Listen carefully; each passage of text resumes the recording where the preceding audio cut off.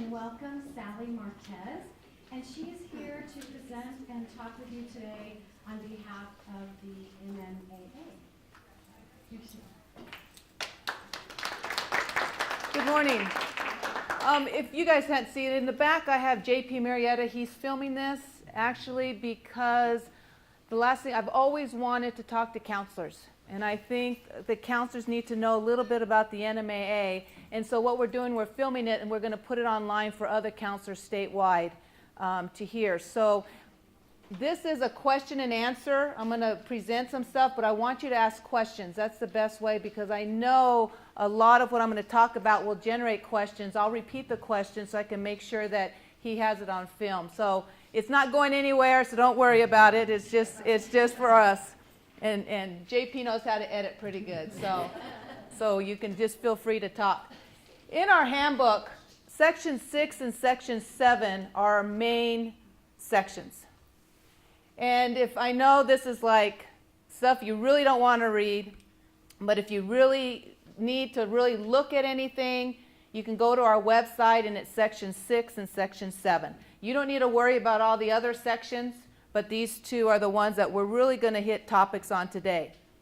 One thing that we have a problem with counselors is they will have a new student come in and automatically say, oh, you'll be eligible, or you're enrolled here, you'll be able to play.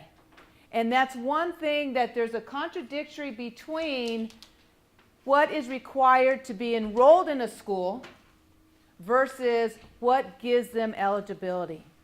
So when any student comes in and asks you about sports, my suggestion is you always say, why don't you talk to the athletic director?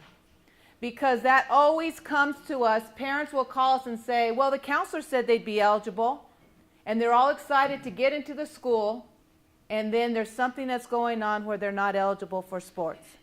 Most every student is at least eligible for the JV or C team level, but the parents, as you know parents, and you work with them on a daily basis, they think Johnny and Susie are the best thing that ever walked and that they're going to be varsity and have a college scholarship.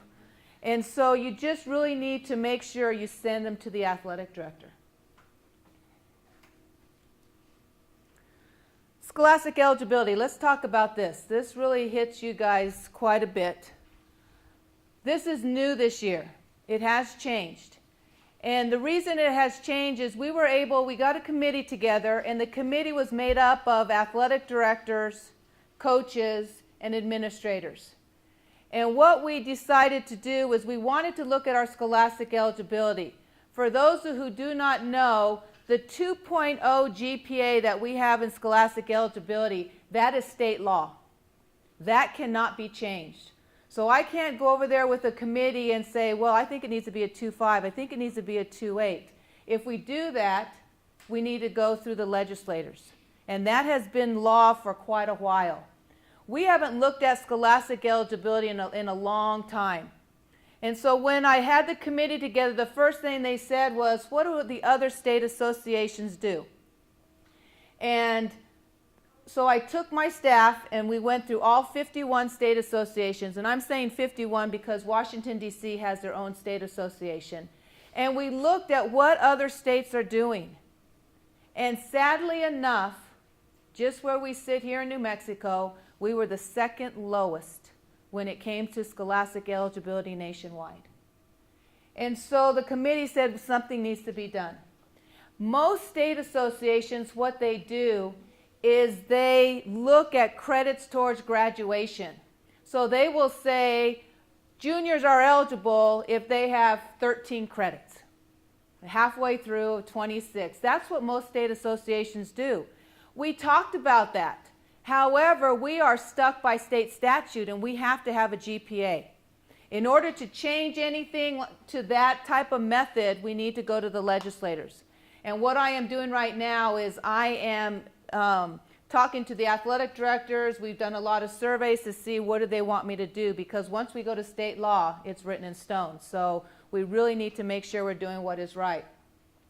So in that theme, we decided we are going to use semester grades towards graduation. Now, last year we had a situation here in the metro area.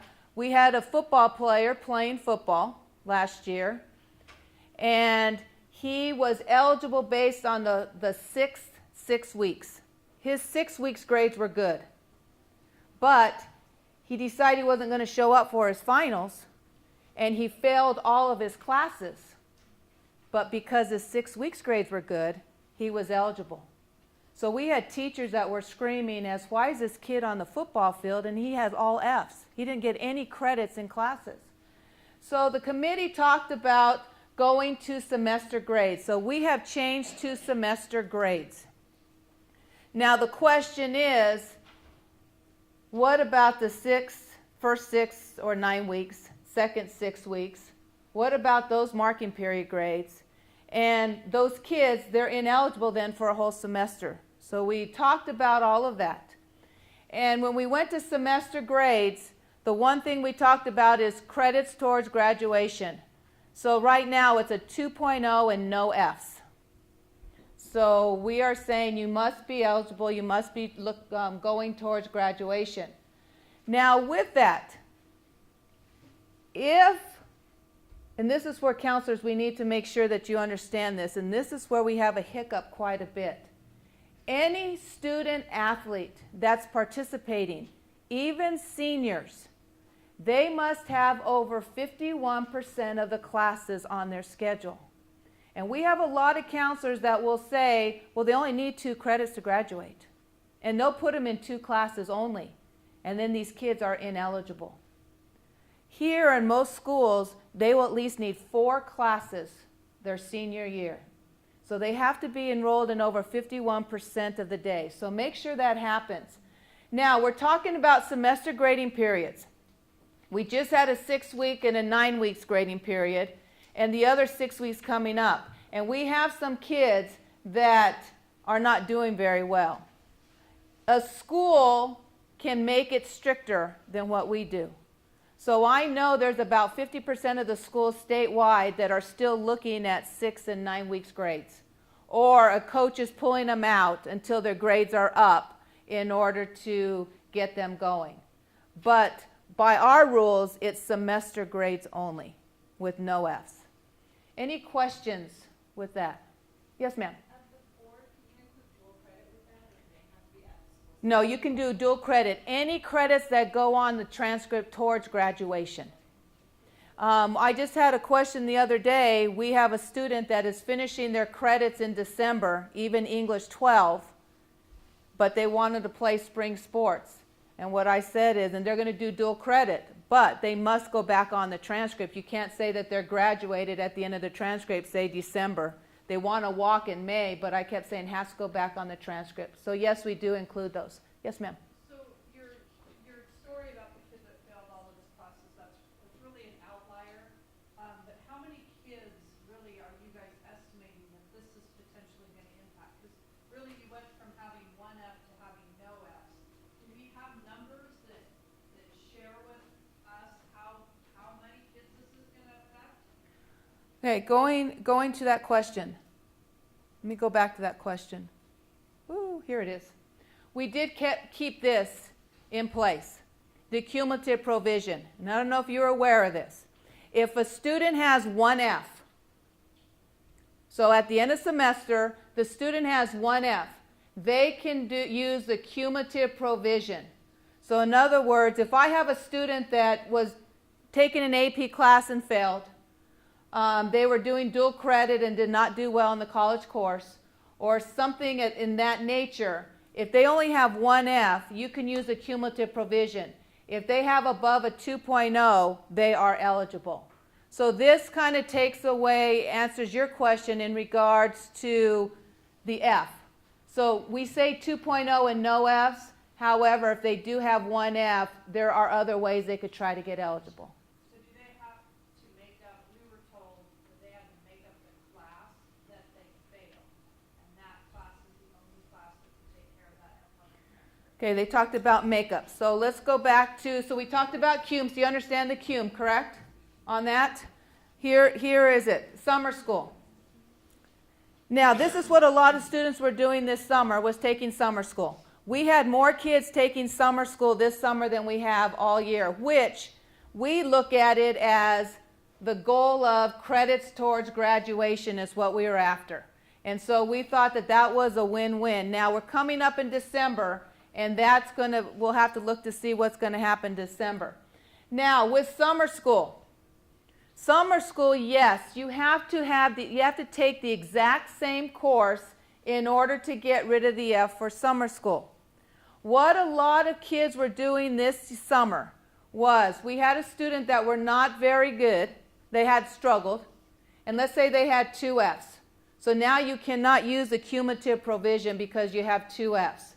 So a lot of students were making up one of the classes, which gave them 1 F, and then they were using the cumulative provision because they only have 1 F now to gain eligibility. So that is where, yes, you have to have the exact same course, but yes, students are still able to get eligible with a 1 F. Now, in summer school, the course must be the exact course. So we were having trouble because if a kid failed an AP class, they may not have offered it in summer school. So what we went ahead and did, Scott Owen works hand in hand, he's sitting right up here in front with me, and what we have put in the bylaws is if they take something tougher than that AP course, so what we're saying is tougher, which sometimes it's not, but if they take a college course or a C&M course or something like that in English 101 for that AP English, we're accepting those types of classes for the exact course. So, But we don't. so if you're not accepting, then it has to go on the transcript. So who's we? Well, APS doesn't accept an online English course as toward graduation. Or a C&M course for graduation. It has to be. The only way to replace an AP or an honors class, if you're doing it online, is with typically a regular class. So we would repeat that on the transcript showing that they repeated that F and got the credit towards graduation. But if they're taking an English class at C&M, it's coming over only as elective, so it doesn't repeat that. Okay. So in your guys' situation, let's hope they only have 1 F and you can use a cumulative provision. Because statewide, I think you guys are probably one of the only ones that aren't allowing that. Statewide, they are allowing college courses for those classes. So it's something we'd have to look at with that. But it has to be the exact same course. Now, do you have honors in summer school? I thought there was some honors or online or. And you guys accept online? From our own academy. And they've started that? So that would be what you would have to do. We would have to do the AP honors switch on there for that. Any questions with that? Yes? So if they're eligible in August, does that mean they're eligible for that whole semester? They are eligible. Even if the 6 weeks grades are all that? Correct. Technically? Correct. Okay. If they're eligible at the beginning of the fall, they're eligible all semester. Now, if they are ineligible at the beginning of the school year, they can make eligibility back at 6 weeks or 9 weeks. So we're not holding them out a whole semester. Those kids that are ineligible, we will look at them like we did last year, where you're going to have to check the first 6 weeks grade and the second 6 weeks grades in order to see if they're going to continue to be eligible. So Yes, sir. incoming freshmen, their last semester of 8th grade is crucial, or does it follow them between schools? Is it the preceding? Okay, to answer this question about 8th graders, for APS, is this all APS, correct? Okay, for APS, since you guys do not allow 8th graders to play at the high school level, they have a clean slate. No, So- coming in as freshmen, Correct. They have a clean slate academically as freshmen. so they could fail everything their last semester of 8th grade. Come in. They can, and right now we do have a survey out with our athletic directors to see if we should change that. Because we are seeing the 8th graders coming in and they could care less because they know they're going to get to play sports. Yeah. And so that is a survey that's going on right now amongst our athletic directors. The thing that you guys don't have or understand, you don't have to worry about it. But 8th graders in, I would say, about 80–90% of the schools statewide are playing at the high school level. So their clean slate is at 8th grade. But since APS does not allow 8th graders to play sports at the high school level, the clean slate is at 9th grade. I'll let you know right now with the clean slate rule, it's about 50-50 to change that. But we are looking into that because we are seeing that the 8th graders are just blowing them off, 8th grade off, because they know they're going to get promoted to 9th grade and it doesn't matter. So that is a topic we're discussing. In the past, I can enroll 9th graders like in baseball 1 or football 1 until they had PE, so a lot of them had taken PE in the summer. But now, I guess there's a different rule change where they can take football 1 without having taken the PE in the summer. I have not heard that that has changed for APS. As far as for us, that is a school district decision. Whether they have to take PE before athletics, I think it's different from district to district with that. Some of them say that athletics is PE and others say they have to take required PE to take sports. So it just all depends. Yes, ma'am. You had said before that some coaches have stricter guidelines Mhm. for grades. Are you guys supporting the school saying, no, you can't play? Correct. Okay. So a lot of times our athletic directors will let us know who has stricter guidelines, so we do know, like for example, and I know we have some schools that have not allowed an F ever, and then there's a lot of schools, I would say about 40% of our schools do not allow cumulative provision. And we have a lot of schools in the southeast that do not allow Ds. They do not give Ds and Fs. It's at Texas, 70% or above, and that's their school district. So the kids, if they're not 70% or above, then they're not eligible. So we do support and we do know those that change the eligibility. Any other questions with that? I think I skipped something here. Make sure, especially in your area, make sure you know what your kids are doing. And I have told coaches this over and over. It is their responsibility also. It's not just the athletic director, but it's also the coach's responsibility and the counselors to know if your students are taking online courses, concurrent enrollment courses, college courses. Because anything that goes on the transcript towards graduation counts in scholastic eligibility. This was one of the main reasons we switched to semester grades. Not only because of credits, semester credits, but also our athletic directors were not able to get grades from the colleges at 6 weeks and 9 weeks and the second 6 weeks because colleges don't work that way. And so when we had ineligible students participating, scholastically ineligible students participating, and we had to forfeit games because somebody was ineligible, it was because the counselor, the athletic director, the coach had no idea a kid was taking concurrent enrollment. So find a way to make sure you know what your athletes are doing. There are a lot of kids out there that are doing it on their own and not telling anybody. And then what happens is parents know it, and then they want to squeal, and then they'll call us. All the rivals will squeal. We'll have Atrisco calling on Rio Grande, and we'll have El Dorado calling on La Cueva, and we'll have Manzano calling on Sandia, and so on and so forth. But they know what's going on out there in their communities. So just make sure you are aware also what is going on with your student athletes. Questions with that?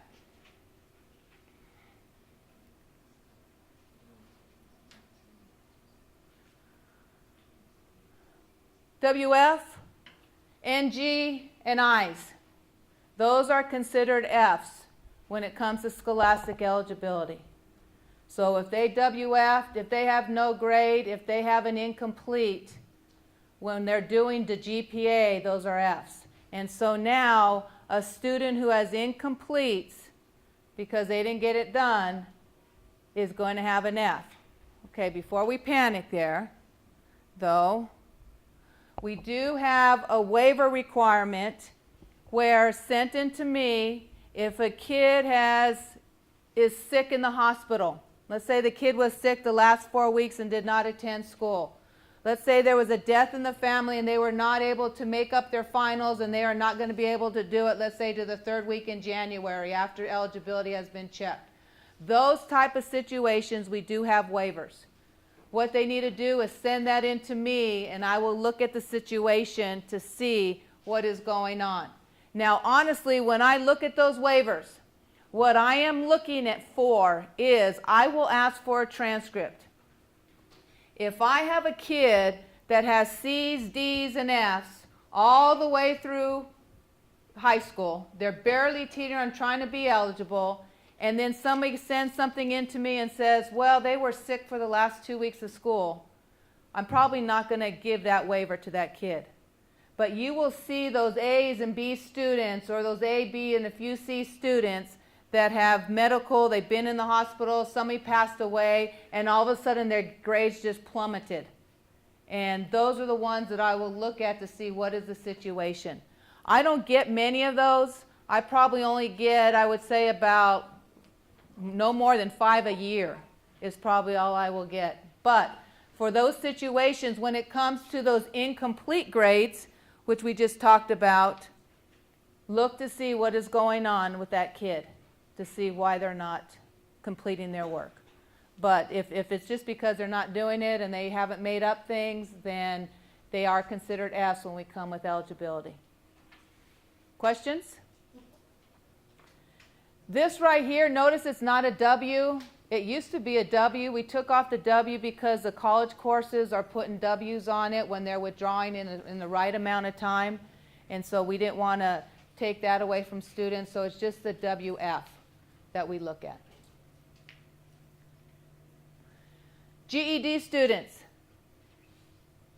If a kid is in a GED program, and you will see this, you will see kids that may have dropped out of school, they went to go get a GED, and now all of a sudden they want a diploma and they're coming back. Once they're in a GED program and have taken a GED, they're no longer eligible for athletics. There is one program out there where the kids can start the GED program, but they haven't taken the test. A couple of those we have just go ahead and allowed them to continue to play because they did not actually get their GED. But once they receive that GED, they're no longer eligible. Questions?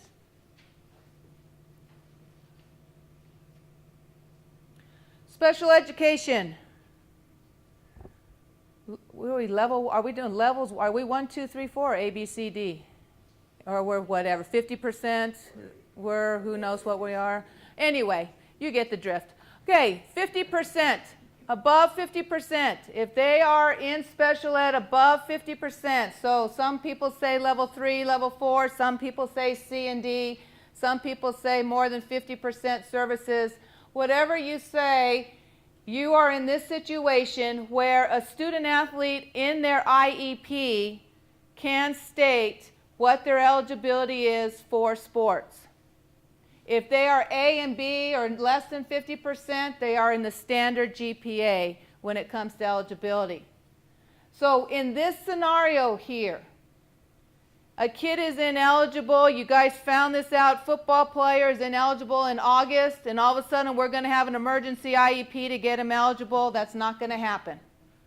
The IEP, when it comes to scholastic eligibility, must be in place prior to the semester you're going to use it for.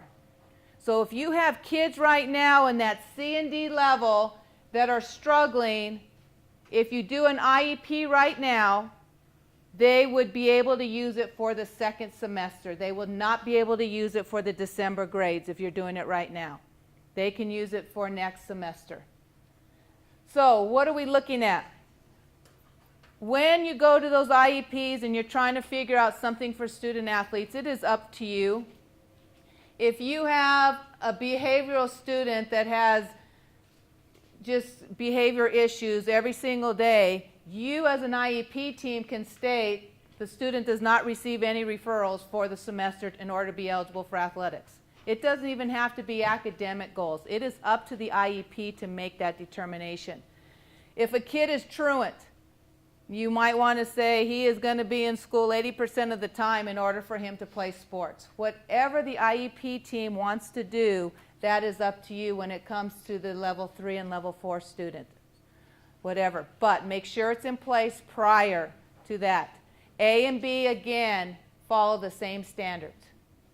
And also, notice I have not said we do not give scholastic eligibility based on 504 plans. So 504 is not going to determine, I get that from parents all the time, well, he has a 504. Well, if he has a 504, then he'd be successful in the classroom if the teacher is following the 504. So we do not give eligibility based on a 504. So special ed and 504 are two different things. Any questions with special education?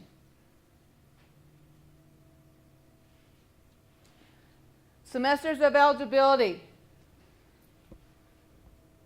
The students are eligible for 8 consecutive semesters, whether they participate or not. And reclassified seniors are not eligible for sports. So your 5th-year kid is not eligible. Whether they played or not, they're not eligible. We also have an age limit, and if they are turned 19 before September 1st, they're not eligible, even though they haven't had 8 semesters. This age right here, as you know, it's going to be somebody that might have, you know, either skipped a grade somewhere. I mean, they flunked a grade and you had to put them back. And usually this is almost 1 or 2 years that you've had to put them back. Okay? Now, reclassified, you may be getting students in from another school and you're looking at their transcript, and this is something, do not, again, say that they're eligible, because you need to make sure, when did they start the 9th grade? When they started the 9th grade, that's when their clock is ticking. And at that point, they have 4 years to complete sports, whether they play or not. Any questions with that?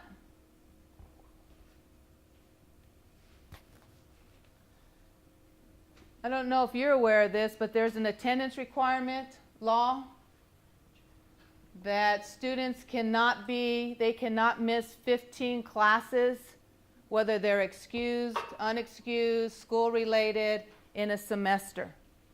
And this is state statute.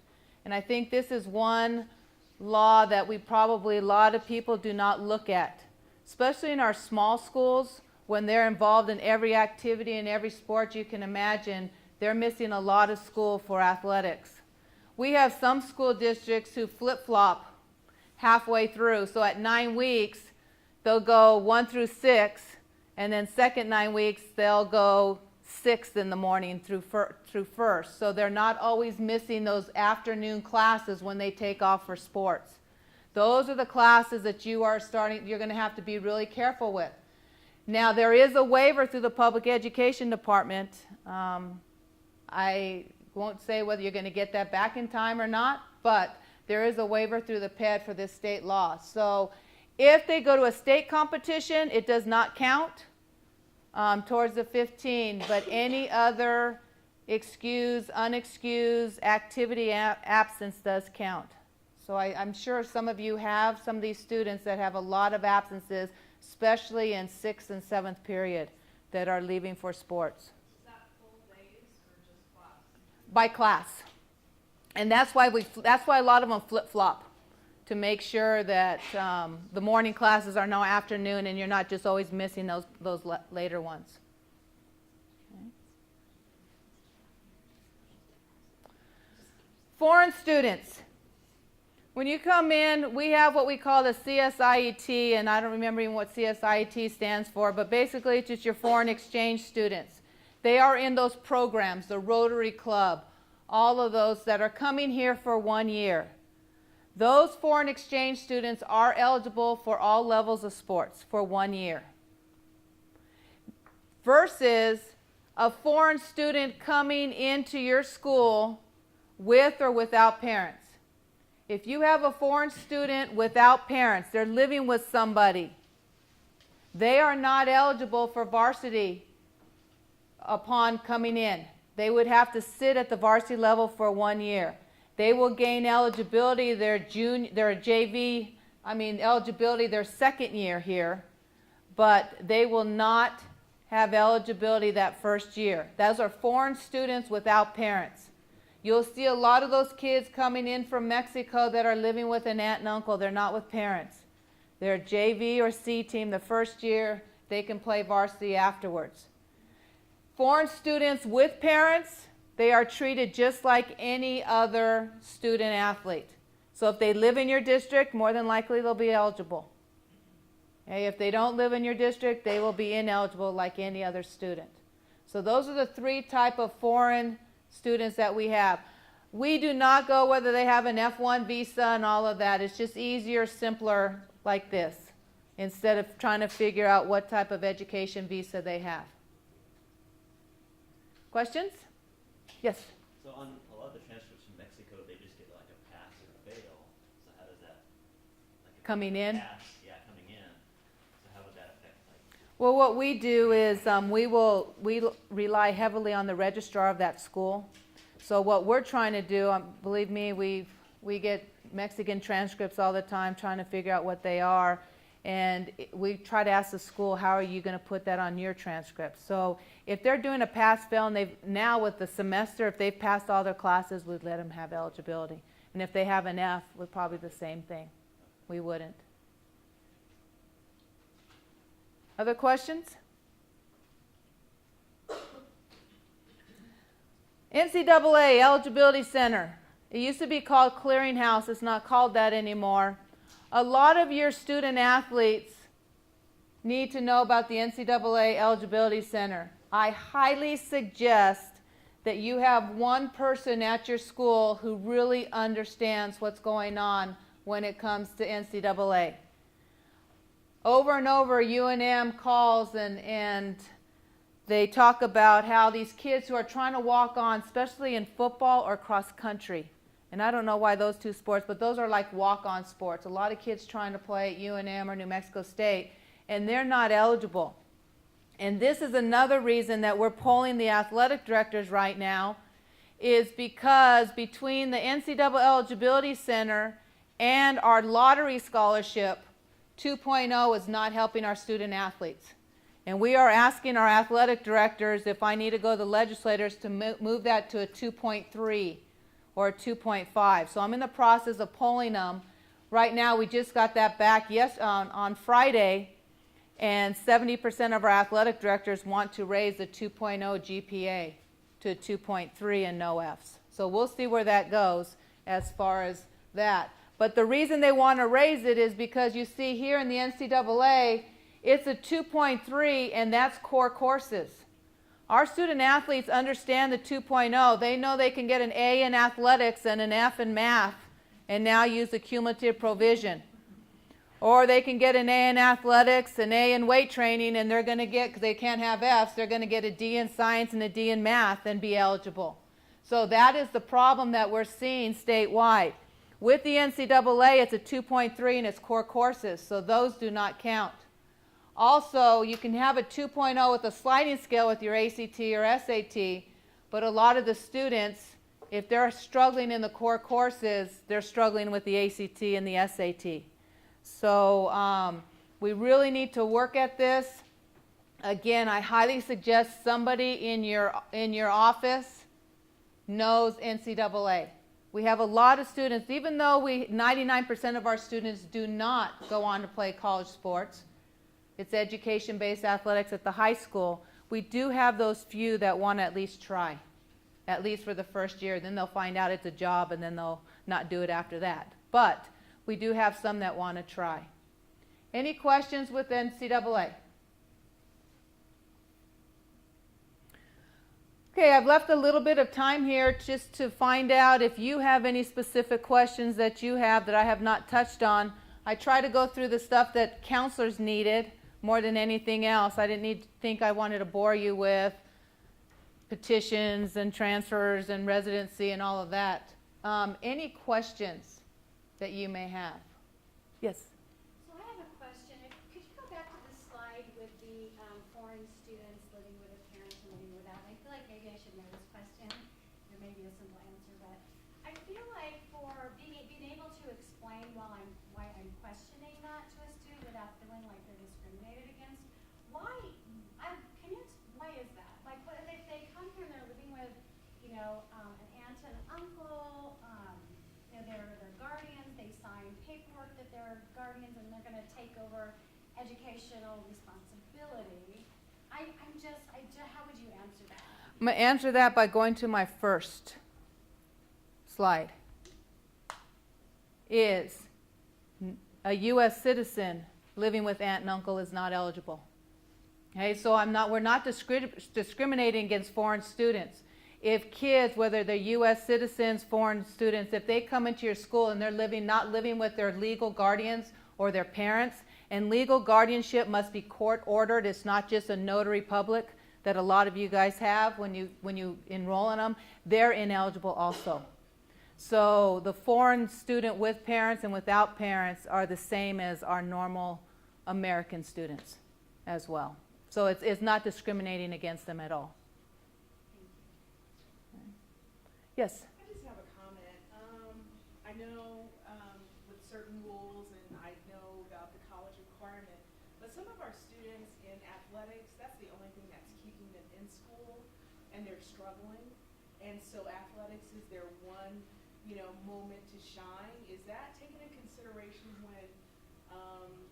when rules are made and all of a sudden something goes into effect immediately? Is it something that's a tier or, it's a progress for students already in the process? Because like I said, all students, aren't that, there are some RD students and they might be perfect in soccer, but they are struggling in academics. We do take that in consideration. That was talked about quite a bit. I don't know if the information didn't trickle down, but we changed our bylaws this year for scholastic eligibility in November of last year. So we changed it way before the semester so we could get on these kids and let them know what's going on.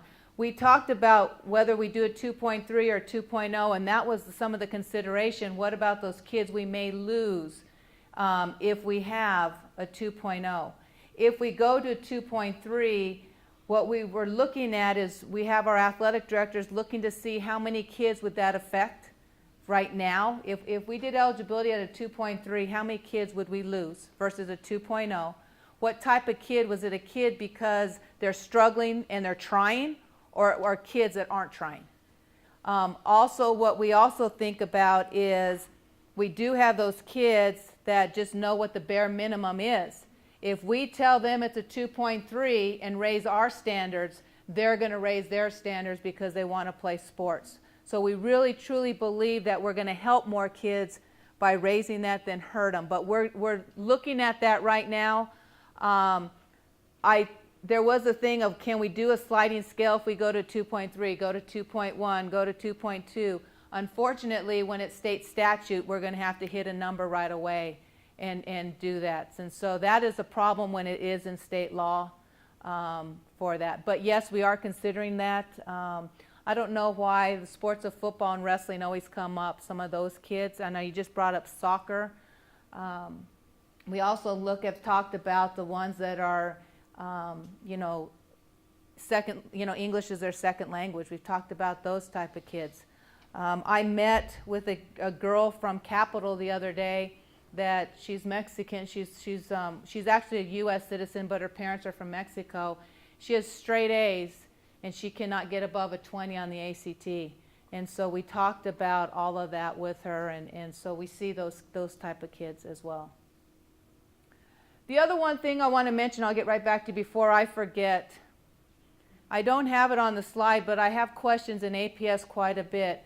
Your alternative school students, your next gen students, your CEC students, those are the two that I get more of the questions from than any other question. School on Wheels, we just had that situation last week. Your alternative school kids are eligible at their home attendance zone only. So Albuquerque High, Del Norte, they do not get those kids that really are on their campus. They need to go to their home attendance zone school in order to participate. Now, we did ask Del Norte if they wanted the next gen students. But if you do, as you know, we do our classifications by enrollment numbers. If they wanted the next gen students, they were going to have to add Del Norte and next gen, all of those kids in enrollment numbers to classify them because they're pulling kids from both schools. Well, that was going to put them up a classification. So they chose not to have next gen students participate at Del Norte High School. So they are home attendance zone only. Just one more question in reference to that. So I had a call, the student was at Next Gen this year, and is from Atrisco, wanted to play golf. No, bowl. There's no bowling at Atrisco, but there's bowling at Del Norte. The mom said they were told somewhere, and I don't even know where, that because there was no bowling at Atrisco, they could attend Next Gen and bowl at Del Norte. I said, I have no idea. That's not true. That's because mom's telling you. Yeah, but that is not true. Because now you have to look at it this way. Well, why, if they don't have it, why can't they go somewhere else? The Atrisco kids can't bowl anywhere else. So why is it fair for a next gen kid to be able to pick and choose? You know, nowadays school is a la carte. I'm telling you, it's like I want this and I want this over here and I want this here. And instead of going to the brick and mortar school that we used to have and playing sports there. But the Atrisco kids can't go and bowl anywhere else. So unfortunately, we just need to start bowling at Atrisco. You know, that's the thing. That was a recent one, and they someone in your office said this. I said, I don't know. I'm sorry. You know what? They will use, Sally said, our office said, I called down there. You know what? My cell phone, I don't have a secretary. I answer every single call 24/7. So call me. My number, I'll give you my number. My number is 505-977-5384. If you ever have any questions, call. You may not be able to get the answer from the athletic director because they really don't like, they don't know activities as much. They really focus in on the athletics. Our activity world follows the same type of guidelines. Now, they don't have some transfer guidelines that athletic does. Speaking of activities, esports, brand new, probably going to have that in your high schools here soon. That is huge. You may think that we're crazy by adding esports, like, oh my gosh, gaming, but it is going to be so big. Our first state champion is going to have to be at Santa Ana Star Center. It's way bigger than you think. So it's really good. Yes, sir. 977-5384. Also, Sally, can counselors have access to this PowerPoint? Mm-hmm. And like I said, I'm going to put this online, and I didn't do a very good job repeating the questions. So JP is probably going to tell me I'm going to have to do this again tomorrow. But yes, I can send that on, and I can give it to you and let you know. I think I've run out of time. They're looking at me like it's time to go. So again, if you ever have questions, don't hesitate to call. Thank you.